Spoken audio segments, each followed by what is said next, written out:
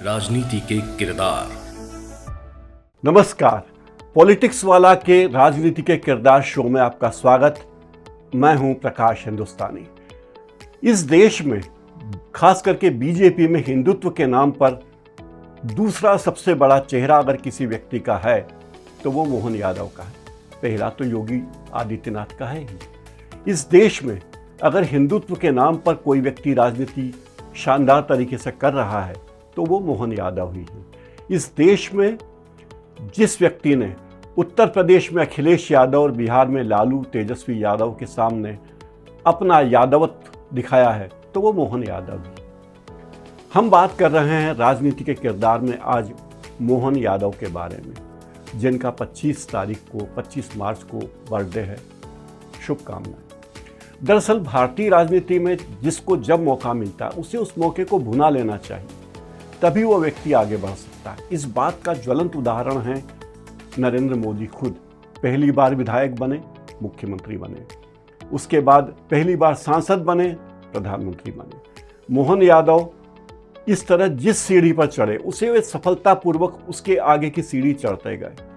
उन्होंने 17 साल की उम्र में छात्र राजनीति से प्रवेश किया था और पहले वे माधव कॉलेज उज्जैन के संगठन मंत्री बने, फिर कॉलेज के प्रेसिडेंट बने, फिर एबीवीपी में एक्टिव हुए, फिर 1990 में बीजेपी में एक्टिव हुए, फिर बीजेपी में एक्टिव होने के बाद वे बीजेपी की सीढ़ियां लगातार चढ़ते गए।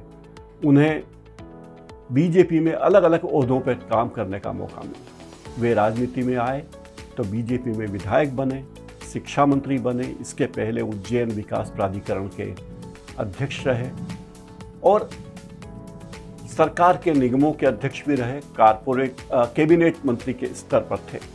यानी उन्होंने राजनीति की एक एक सीढ़ी चढ़ी। वो सीढ़ी उन्होंने एबीवीपी से चढ़ी, आरएसएस से चढ़ी और कोई मौका नहीं छोड़ा उस अपने लक्ष्य को पाने के लिए। आज मोहन यादव प्रदेश में जमीन से जुड़े सबसे बड़े नेता हैं। जमीन के प्रति उनका लगाव इतना अच्छा है कि एक आदमी उन्हें अपना समझता है। हर आदमी, चाहे किसान हो, चाहे मजदूर हो, चाहे विद्यार्थी हो, चाहे रिटायर्ड आदमी हो, चाहे मीडिया वाला हो, चाहे पार्टी के कार्यकर्ता हो, चाहे संघ के लोग हो, सब लोगों को ये लगता है कि मोहन यादव हमारे प्रतिनिधि हैं, हमारे नेता हैं। और किसी भी नेता में ये खूबी होना बहुत ही बड़ी बात है जिस लक्ष्य को मोहन यादव ने पाया। जमीन से जुड़ने की बात मैं कर रहा था तो देखिए, मोहन यादव मध्य प्रदेश के उज्जैन के रहने वाले।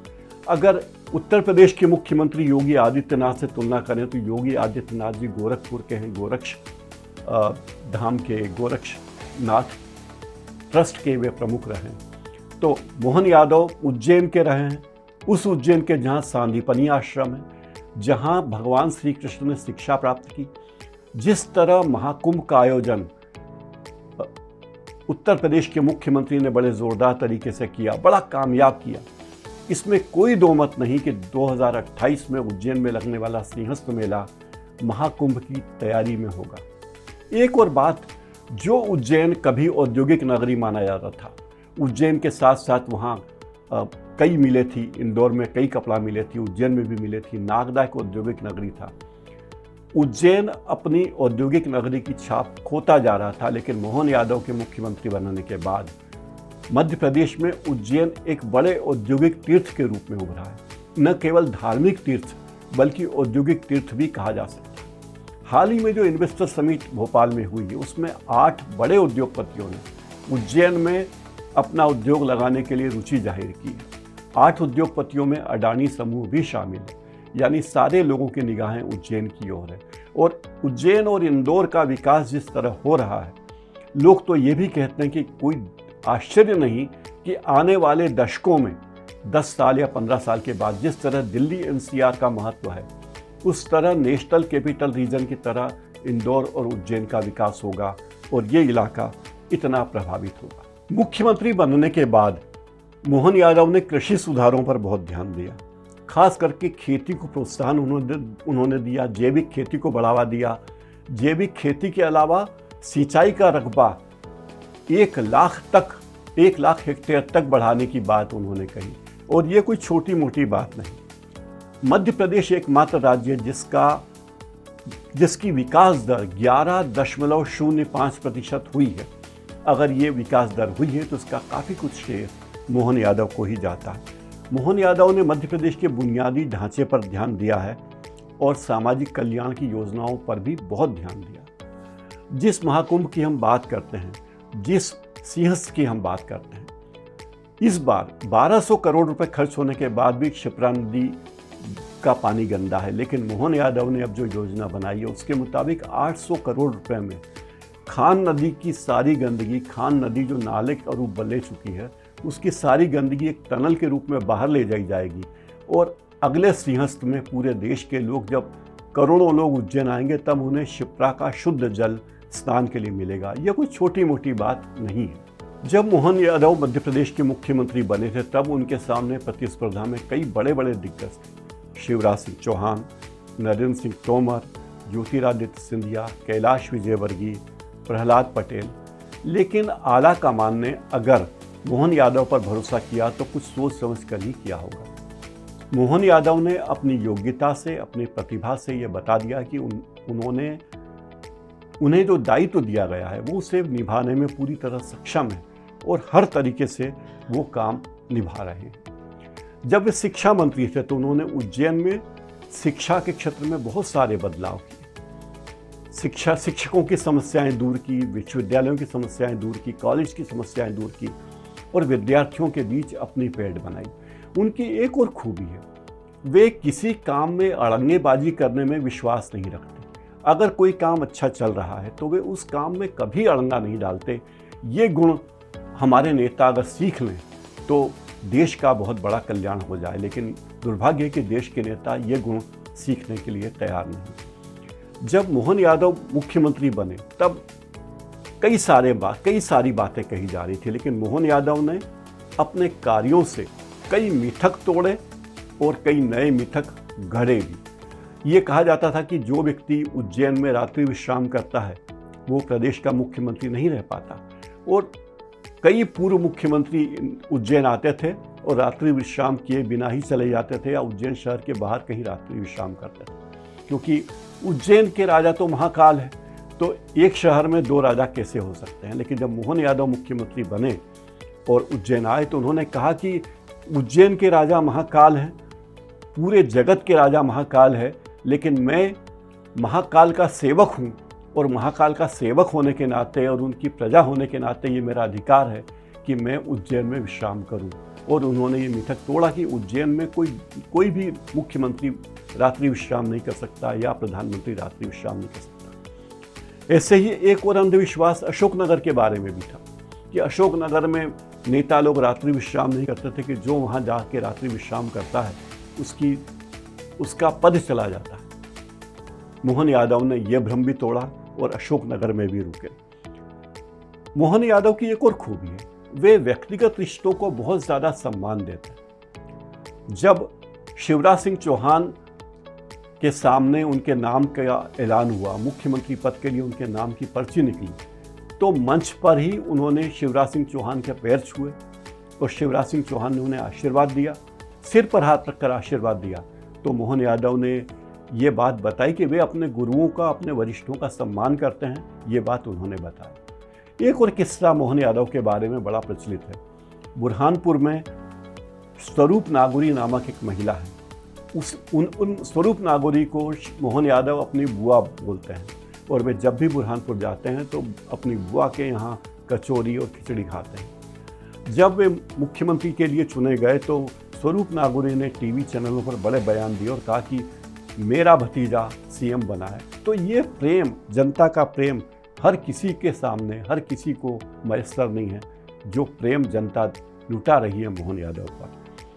मोहन यादव छात्र संघ की राजनीति में भी रहे, इसलिए वे जानते हैं कि छात्रों की समस्याएं क्या है और इस बात को लेकर वे हमेशा सक्रिय रहे।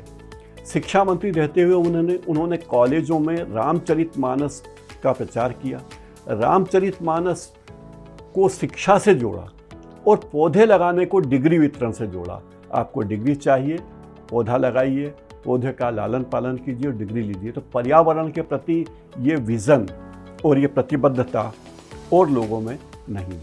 हालांकि मोहन यादव को लेकर बहुत सारे लोगों के मन में बहुत सारी बातें हैं, बहुत सारे लोग अफवाहें भी फैलाते रहते हैं लेकिन इसके पीछे एक कारण यह है कि मोहन यादव प्रशासनिक रूप से बड़े सख्त प्रशासक हैं। एक ट्रक ड्राइवर और एक कलेक्टर में किसी बात को लेकर बहस हुई, झगड़ा हुआ और उन्होंने तत्काल फैसला लिया और कलेक्टर को हटाने का फैसला लिया उन्होंने। ये उनके दृढ़ निश्चय का, उनके फैसले लेने की क्षमता को बताता है। लाउड स्पीकर, धार्मिक स्थानों पर लाउड स्पीकर पर प्रतिबंध लगाने की बात आई तो उन्होंने साफ कहा कि धार्मिक स्थान हो या कोई भी स्थल हो, लाउड स्पीकर नहीं बजेगा और उस पर अमल हुआ। वे ऐसे मुख्यमंत्री जो अपने गृह नगर में शराब की बंदिश लगाने का फैसला ले सकते हैं, क्योंकि वो पुण्य नगरी है, धार्मिक नगरी है। तो उनकी सरकार ने फैसला लिया कि करीब 1.5 दर्जन धार्मिक नगरियों में शराबबंदी होगी और ये फैसले पे अमल कर लिया गया। वे जानते हैं कि नब्ज़ कहाँ है, कहाँ हमारी धर्म के प्रति आस्था खंडित करने की कोशिश हो रही है, और वे ऐसा कोई मौका नहीं छोड़ते जहाँ कोई ना कोई कमी रह जाए। यही उनकी खूबी है, यही उनके कार्य करने की शैली। मोहन यादव की खूबी यह है कि वे जिस किसी से मिलते हैं उसको अपना बना लेते हैं। धर्म के बारे में उनकी जानकारी इतनी है कि जो कई पंडितों को भी नहीं है। एक पत्रकार वार्ता में एक पत्रकार ने उनसे किसी धार्मिक मुद्दे पर सवाल किया तो मोहन यादव ने कहा कि अच्छा, तुम वेद के बारे में क्या जानते हो? क्या तुम वेद की एक ऋचा सुना सकते हो? क्या तुम रामायण की एक चौपाई सुना सकते हो? क्या तुम भागवत कथा का कोई प्रसंग बता सकते हो? और ये सब प्रतिप्रश्न करते हुए मोहन यादव ने 6 श्लोक, 6 मंत्र पत्रकारों को सुना दिए और बता दिया कि पांडित्य की बात होगी तो वे किसी से कम नहीं हैं, क्योंकि वे तो उज्जैन के ही रहने वाले हैं। उज्जैन जो बाबा महाकाल की नगरी है, तो बाबा महाकाल की नगरी में रहने का फ़ायदा उन्हें निश्चित ही है। लेकिन उन्होंने बाबा महाकाल को आत्मसात किया और उज्जैन को आत्मसात किया, ये एक दुर्लभ गुण है। शिक्षा मंत्री रहते हुए उन्होंने जो फैसले किए उससे छात्रों में उनकी बहुत अच्छी छवि बनी, और जितना युवा वर्ग है वो मोहन यादव को बहुत पसंद करता है। मोहन यादव की सादगी को, फैसले लेने के उनके तरीकों को और त्वरित फैसले को, ये एक ऐसा गुण है जो हर एक नेता में नहीं होता। कई नेता फैसला ले लेते हैं लेकिन बोलने में संकोच करते हैं। इसका नकारात्मक प्रभाव भी कई लोग देखते हैं, लेकिन ये एक खूबी है जो हर नेता में उपलब्ध नहीं है। इसके अलावा कर्मचारियों के प्रति उनके मन में विशेष श्रद्धा है। सेवानिवृत्त कर्मचारियों के प्रति उनके मन का भाव बहुत ही महत्वपूर्ण है। मध्य प्रदेश सरकार के सामने बहुत सारे आर्थिक संकट हैं।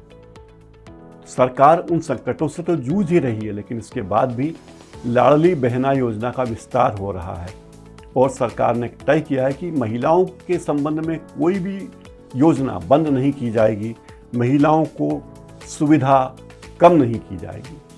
इसी तरह महिलाओं के अलावा पार्टी कार्यकर्ताओं की बात करें तो पार्टी के कार्यकर्ताओं में उनकी लोकप्रियता इतनी है कि वे बहुत आसानी से सुगम हैं, बहुत नखरे नहीं हैं, आम कार्यकर्ता उनसे मिल सकता है और एक समन्वय की भावना उनके मन में है। कभी उनमें वो ऐसे मुख्यमंत्री जिनका अपना कोई गुट नहीं है, क्योंकि पूरा प्रदेश ही उनका गुट है, सारे मंत्री ही उनके गुट के हैं, सारे विधायक उनके गुट के हैं, तो उनका अपना कोई गुट नहीं है।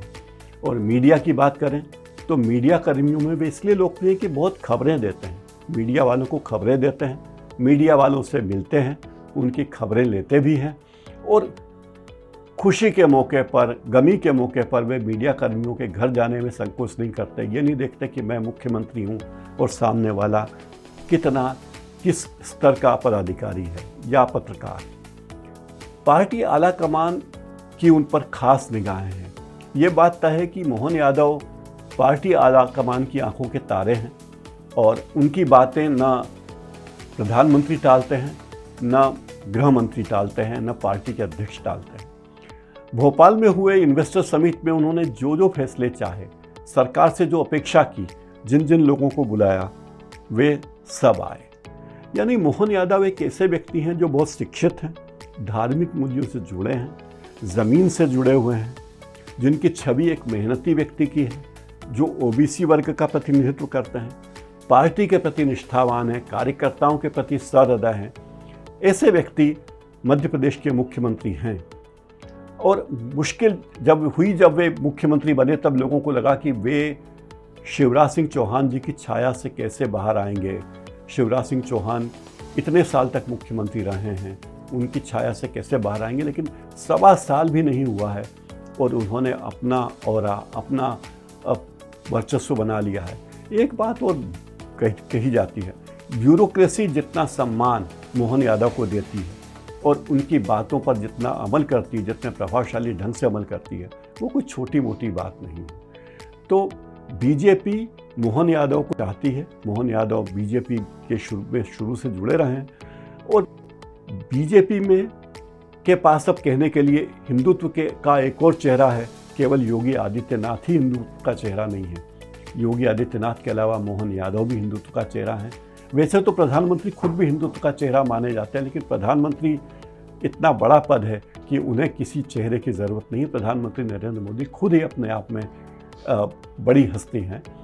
तो हिंदुत्व के चेहरे के रूप में जिस तरह मोहन यादव आगे आए हैं और आगे आते रहेंगे, लगता है कि भविष्य में वे और भी महत्वपूर्ण राजनीतिक भूमिका निभाएंगे, चाहे पार्टी में हो, चाहे सरकार में हो, चाहे देश में हो। आज इस कार्यक्रम में फिलहाल इतना ही। चैनल को लाइक कीजिए, सब्सक्राइब कीजिए और बेल आइकन जरूर दबा दीजिए ताकि आने वाले कार्यक्रमों की सूचना आपको मिलती रह सके। अगले हफ्ते फिर आएंगे किसी नए किरदार को लेकर, किसी नए किरदार से आपको परिचित कराने के लिए। वो किरदार होगा राजनीति का। धन्यवाद।